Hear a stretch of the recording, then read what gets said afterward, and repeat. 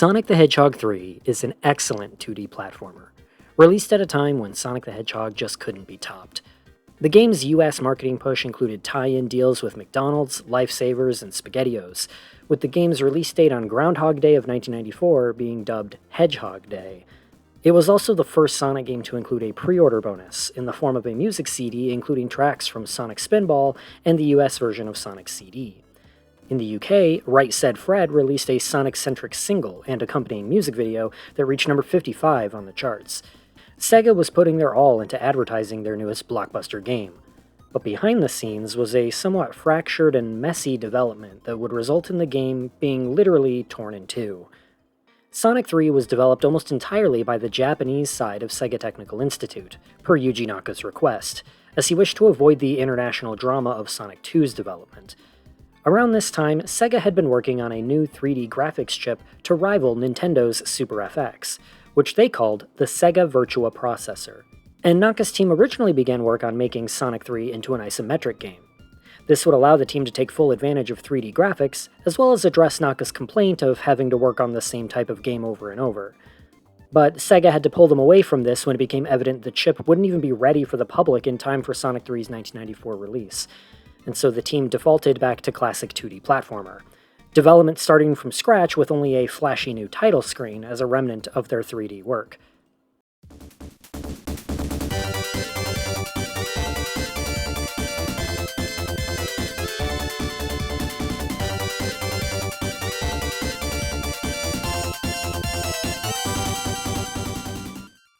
The plot of Sonic 3 takes place immediately after the fall of Dr. Eggman's Death Egg at the end of Sonic 2, and sees Sonic and Tails reacting to a distant Chaos Emerald reading, which they find odd considering all 7 emeralds are still in Sonic's possession. Following the energy signal, they find themselves on Angel Island, a legendary continent normally floating in the skies, now grounded by impact with the falling Death Egg. Upon their arrival, Sonic and Tails are ambushed by an island native named Knuckles, who claims to be the guardian of the Chaos Emeralds and swipes them from Sonic. It seems Dr. Eggman has recruited Knuckles to his side, but not all is as it may seem at first glance. Sonic and Tails take it upon themselves to investigate the emerald reading they picked up, as well as figure out what Eggman may be planning and what role Knuckles may play in it all. Knuckles' inclusion in the game was the result of the team's desire for a new rival character, and after another company character contest, Takashi Yuda's Echidna design would be chosen. Echidnas in real life share many traits with moles and anteaters, but are also spiny critters much like hedgehogs, and this is part of what makes them a good rival for Sonic. This connection is made even more blatant in Japanese, where the words for hedgehog and echidna translate directly to mean needle mouse and needle mole, respectively. Where Sonic's quills stick straight out, Knuckles' quills droop down akin to dreadlocks. Where Sonic's most prominent trait is speed, and his character represents freedom and adventure, Knuckles' main trait is his strength, with a no-nonsense personality bound to a sense of duty. Even their colors are opposites, Sonic being a cool blue and Knuckles a vibrant red. If Sonic exemplifies the wind, then Knuckles represents a mountain, and their dynamic evokes the old adage of an unstoppable force meeting an immovable object. Throughout Sonic's time on Angel Island, Knuckles is always popping up to drop Sonic into traps or cut off his current route, the Echidna using his home turf advantage to take shortcuts and always get the jump on our two heroes. Knuckles would become an incredibly popular character, enough to be basically a guaranteed inclusion in any future sequels, and getting his own comic book miniseries and a spin-off game of his own.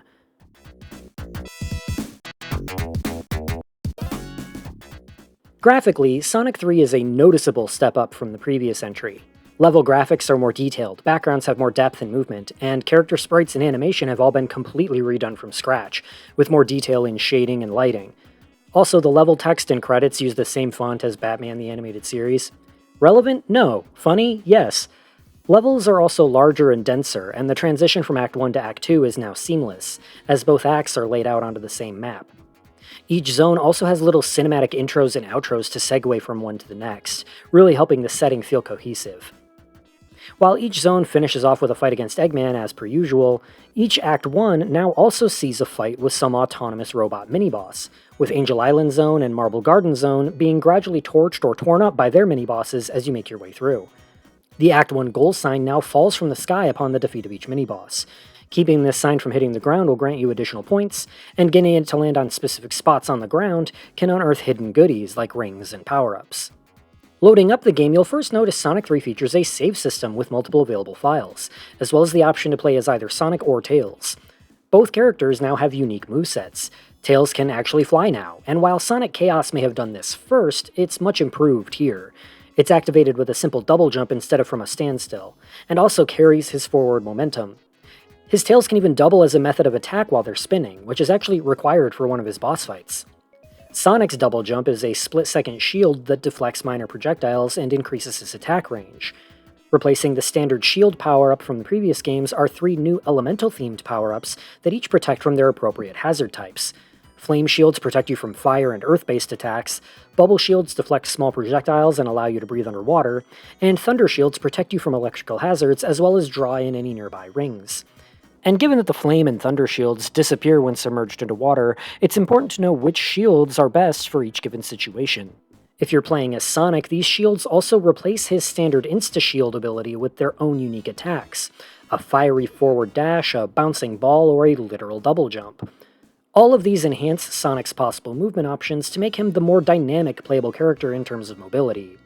Sure, Tails can fly to find hidden secrets and alternate paths, but when it comes to finding clever ways to zip through these zones as fast as possible, Sonic will always be the correct choice.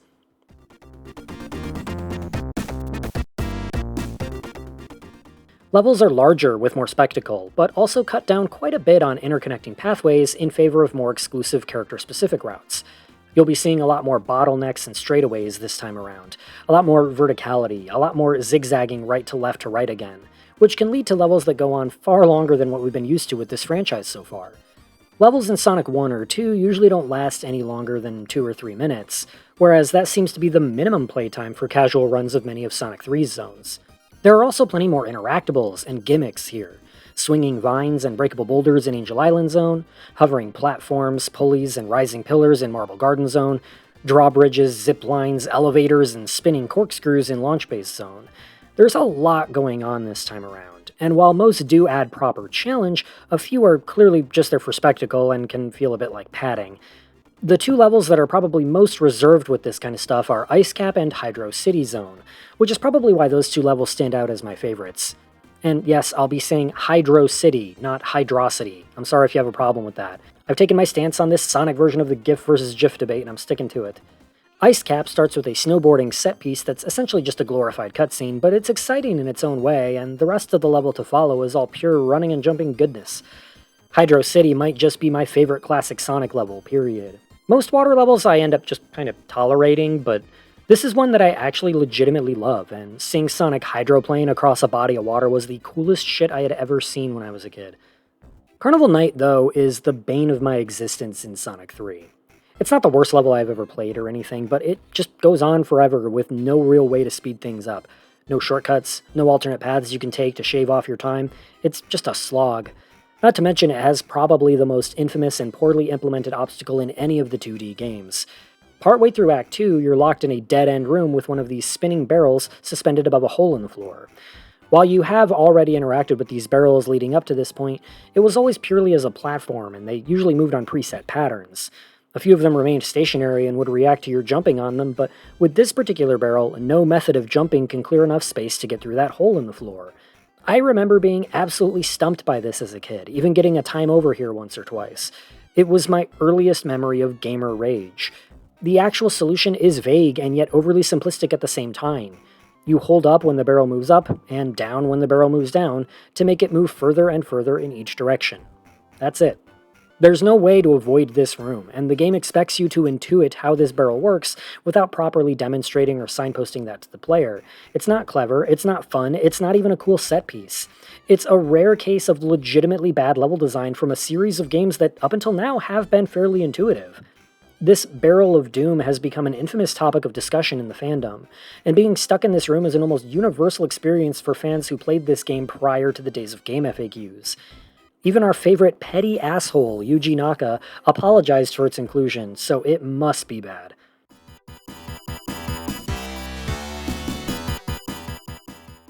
Bosses are more structured and pattern-driven this time around, and that's for better and for worse.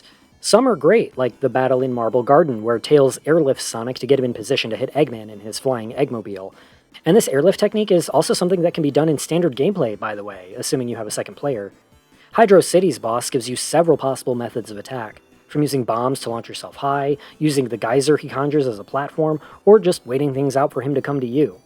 But one boss in particular stands out as being kind of a miserable time, that being, Carnival Nights.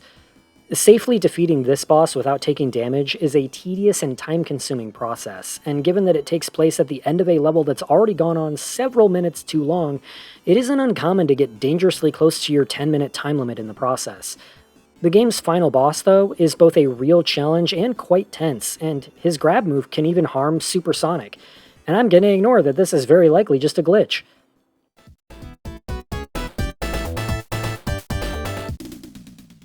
Special stages are back, but completely new.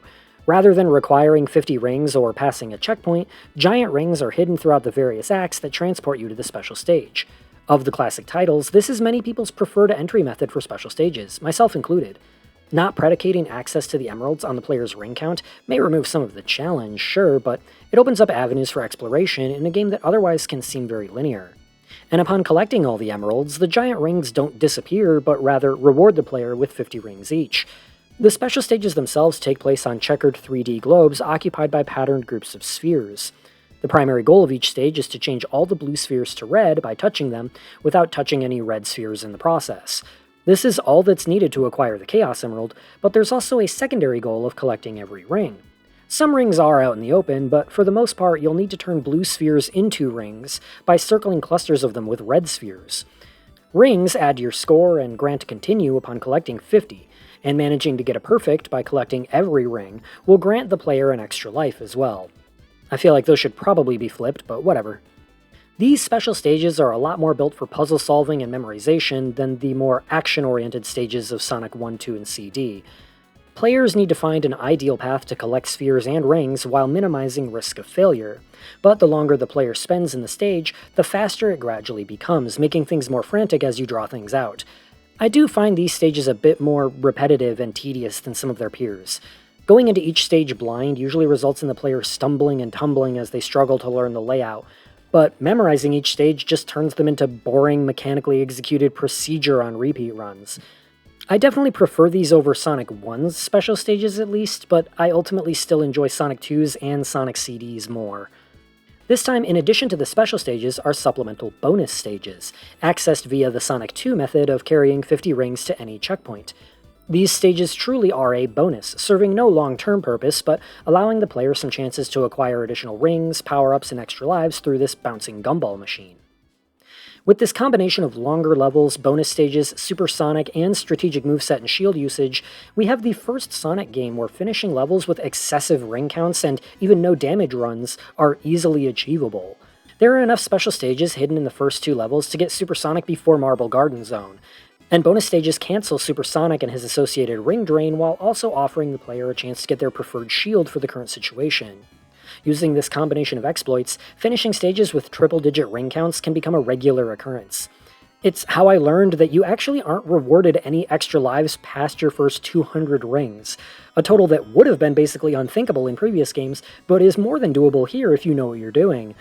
Finishing the game unlocks a level select and carries over any Chaos Emeralds you have into your next playthrough in a sort of New Game Plus feature, and being able to play the game with Supersonic from the beginning is always so satisfying.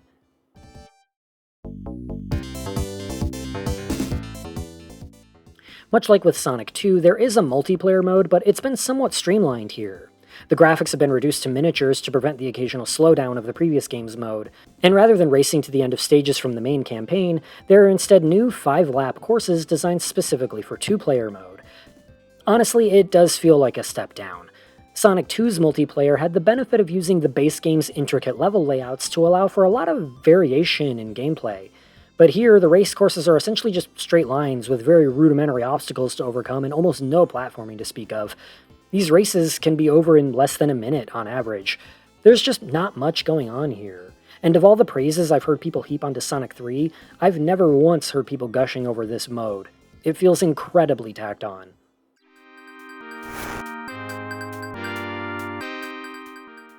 The music for Sonic 3 is a very different beast from Sonic 1 and 2, and that's because it was composed by a new team. Masato Nakamura was seeing increasing success and popularity with his band at the time, and so when approached to return for the third Sonic game, he requested higher pay and bigger royalties. SEGA of Japan would refuse, and thus sought out other musicians, eventually choosing to collaborate with the one and only Michael Jackson. MJ immediately accepted the opportunity to work on a Sonic game, already being a fan and given SEGA's history of producing the video game adaptation of his film Moonwalker. Not long after, though, Jackson's notorious perfectionism and the limitations of the Genesis sound hardware would lead to him taking a back seat on the project. Instead, Jackson's music team, led by Brad Buxer, would compose a handful of tracks for the final game, with the remaining music being written by in-house SEGA musicians. Jackson would ultimately go uncredited in the final game, and despite him being such a big name, his involvement was kept largely under wraps by SEGA due to the 1993 sexual assault allegations against him. For the longest time, MJ's actual involvement in the game's music was placed under a considerable amount of doubt, and whenever asked about the subject, SEGA themselves would claim that none of Jackson's music was used in the final game. But we now know that isn't entirely true, thanks to both decades of fan sleuthing and, humorously, Yuji Naka himself casually confirming Jackson's involvement with a tweet around the time Sonic Origins came out. But in any case, 5 tracks are confirmed to be from MJ and/or his team: the mini-boss theme, Carnival Night, Ice Cap, Launch Base, and the end credits. And look, I know a lot of fans were upset or annoyed at the removal of these songs in Sonic Origins, but if you ask me, the only one I was really attached to anyway was Ice Cap. Don't get me wrong, a lot of the music in Sonic 3 is great, but most of that music is the in-house music. Hydro City is one of my all-time favorites from this franchise. The final boss theme is great, and the special stage music is so catchy it occasionally torments me in my sleep. For this game, the team even decided to have Act 1 and 2 of each zone use different arrangements. But I honestly think the MJ tracks stick out like a sore thumb compared to the in-house music. Carnival Night's background music is just kind of okay, and I don't know if this is a hot take or what, but I think Jackson's version of Launch Base was actually just bad. I'm sorry, it sounds like shit, and it isn't even catchy.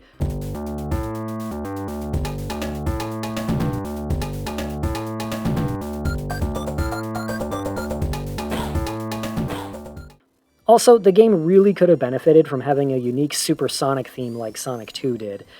They just use the invincibility theme instead, which is fine, but it only lasts a few seconds, and so having it loop for minutes at a time while you're transformed can be a bit mind-numbing.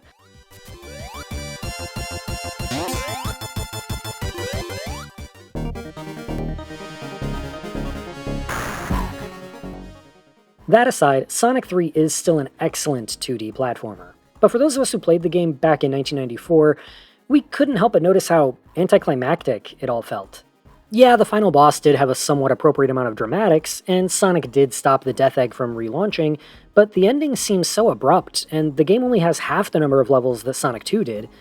What's more, the level select screen reveals a few new zone names that are for some reason inaccessible. How curious. Yeah, unfortunately it's impossible to discuss Sonic 3 without bringing up a very big asterisk. Sonic 3 is a great game held back by the simple fact that it is literally half of a completed product.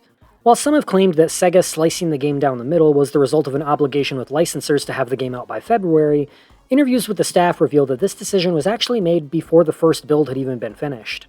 With Yasuhara and Naka's grand ambitions for the game, combined with the time spent on the early 3D build that went to waste, and cartridge memory limits, the team ultimately decided that it would make more sense to split the game in two, with the second one set to release months later. The exact specifics of doing so were uncertain at first, and so both games were worked on concurrently until Naka and the programming team could figure something out. Once the full game's level order was decided on, earlier stages were given priority in development, and to keep the level count even between both games, Flying Battery Zone was moved to the sequel so that Launch Base could act as the first game's finale.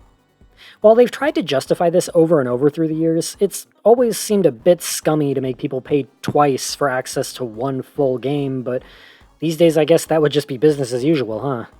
This unfortunately also means the team didn't have a lot of time to iron out all the bugs. It isn't uncommon to encounter even major game-breaking glitches in vanilla Sonic 3, including several instances of your characters just clipping into the scenery with no way out other than to turn off your console. Hilariously, their solution for being too busy to fix this was to put a line in the manual warning the player of Dr. Robotnik's most devious traps that can only be thwarted by resetting the game. God, it's actually kind of depressing seeing these early warning signs of what Sonic games would eventually become.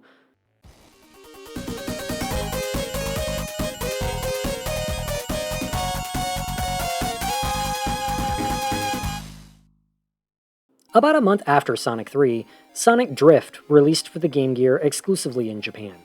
Sonic Drift is a kart racing game wherein a group of 4 racers compete to finish 3 laps of a course in their vehicles, with special focus on, as the title implies, drifting to make tight turns. The roster is made up of 4 characters, each having their own advantages and disadvantages. Sonic in the Cyclone, Tails in the Whirlwind, Dr. Eggman in the Egg Typhoon, and Amy in the Breeze. Now, I know what you're thinking. Why does Sonic need a car to race? Because those are the rules, idiot. Sonic Drift clearly takes inspiration from Mario Kart, with power-ups placed across the tracks that grant various effects. Invincibility, a speed boost, or springs that launch you into the air, which also has the benefit of automating steering. A few rings are also scattered about, and upon collecting at least 2, characters can use a unique ability. Sonic and Tails get their own versions of the speed boost and spring jump respectively, while Eggman drops bombs that can cause other racers to spin out, and Amy tosses hearts onto the track that slow down those who touch one. Power-ups can only be used one at a time, so touching or activating one will cancel any that are already in effect. There are the expected practice and 2-player modes, while the main mode consists of 3 different circuits of increasing difficulty, each consisting of 6 tracks based on the zones from Sonic 1. Placing first in a race grants you 3 points in the circuit, 2 points for second place, so on and so forth. The racer with the most points at the end of the 6th course is the winner.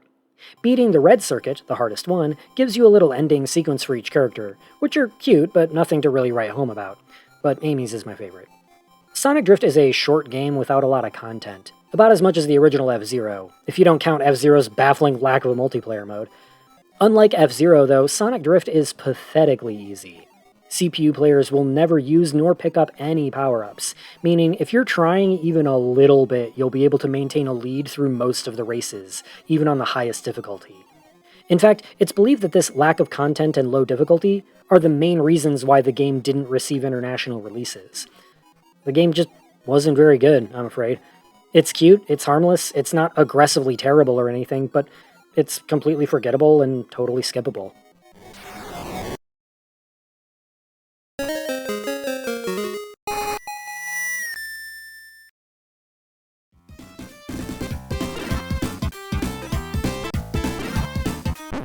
Wait, this is the end of the video? What about Sonic and Knuckles? Yeah, I hear you guys. Most any Sonic fan who makes a video about Sonic 3 does so by discussing the full version of the game. They are technically the same game after all, and the combined version of the two is the intended vision. But for this video series, remember that I'm specifically discussing games in release order. There are a handful of games on that list that came out between Sonic 3 and Sonic and Knuckles.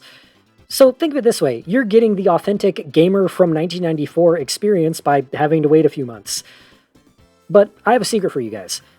That video is actually already finished. The day this video goes up on YouTube, the Sonic and Knuckles video will be available to watch early on my Patreon for any member in the $5 tier or above. In that video, I discuss not only Sonic and Knuckles as a standalone game, but also the full version of Sonic 3 and the differences between them all, as well as the other lock-on features of Sonic and Knuckles. Check the description for the link if you're interested. I normally wouldn't promote my stuff in the narration of a video, I think it's tacky, but this is such a unique situation given the format of these videos.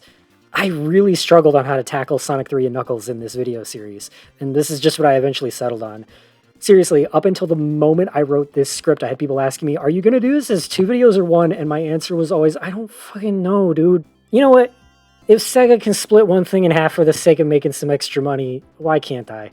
In the meantime, though, let me just tell you guys that 1994 is an absolutely stacked year when it comes to video games. Seriously, I'm so excited about the next handful of games we'll be covering. Not every game in 1994 was a winner. I mean, look, we just talked about friggin' Sonic Drift. But the majority of the games coming out this year absolutely are winners. 1994 is probably one of the strongest years in gaming, period. 2 of my top 3 games of all time came out that year. So just look forward to what's coming, guys, because I know I'll be having fun.